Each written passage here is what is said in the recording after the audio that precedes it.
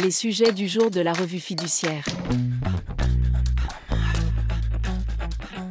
Premier sujet de notre JT. Accident du travail, un enregistrement clandestin peut servir de preuve.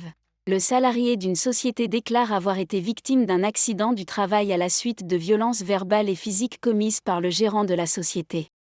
Pour apporter la preuve de l'accident du travail et faire reconnaître la faute inexcusable de l'employeur, le salarié produit en justice un enregistrement sonore de l'altercation réalisée à l'insu du gérant à l'aide de son téléphone portable.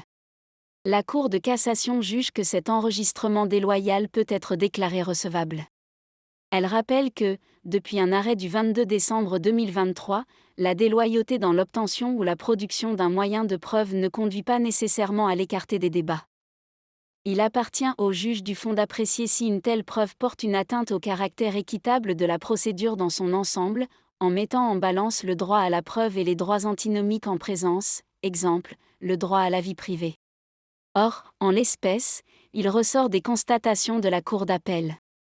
D'une part, que la production de cette preuve était indispensable à l'exercice par la victime de son droit à voir reconnaître le caractère professionnel de l'accident et la faute inexcusable de son employeur. Et, d'autre part, que l'atteinte portée à la vie privée du dirigeant de la société employeur était strictement proportionnée au but poursuivi par le salarié d'établir la réalité des violences subies. Deuxième sujet de notre JT. IFI.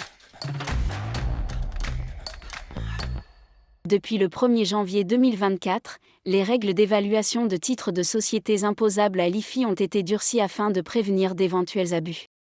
Auparavant, les dettes contractées par une société détenue par un redevable de l'IFI étaient prises en compte pour la valorisation des titres taxables, même lorsqu'elles n'étaient pas afférentes à des actifs immobiliers imposables.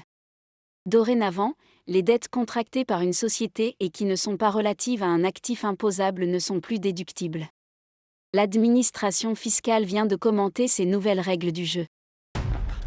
Troisième sujet de notre JT. Investissement moins dynamique au deuxième trimestre 2024 dans les TPE-PME. Selon le baromètre BPI France Le Lab, Rexecode, Trésorerie, Investissement et croissance des TPE-PME, publié fin mai, la situation de trésorerie s'est légèrement améliorée au deuxième trimestre. Mais les intentions d'investissement confirment le ralentissement attendu en 2024. Les difficultés de recrutement sont perçues comme le premier frein à la croissance. Autre préoccupation importante des dirigeants de TPE-PME, les inquiétudes relatives à la demande, actuelle ou future. Les tensions sur les approvisionnements, prix, délais de livraison, s'atténuent. 49% des dirigeants déclarent y être confrontés, moins 3 points.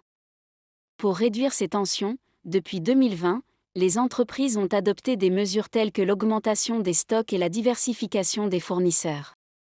55% des TPE-PME ont investi ces 3 dernières années et 61% des dirigeants estiment que les investissements réalisés ont été correctement calibrés.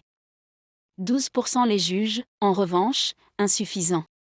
L'environnement économique est le principal frein à l'investissement, 59% citent le climat des affaires et 30% la faiblesse anticipée de la demande, suivie par les contraintes de financement, 20 à 25%, et le manque de compétences, 24%.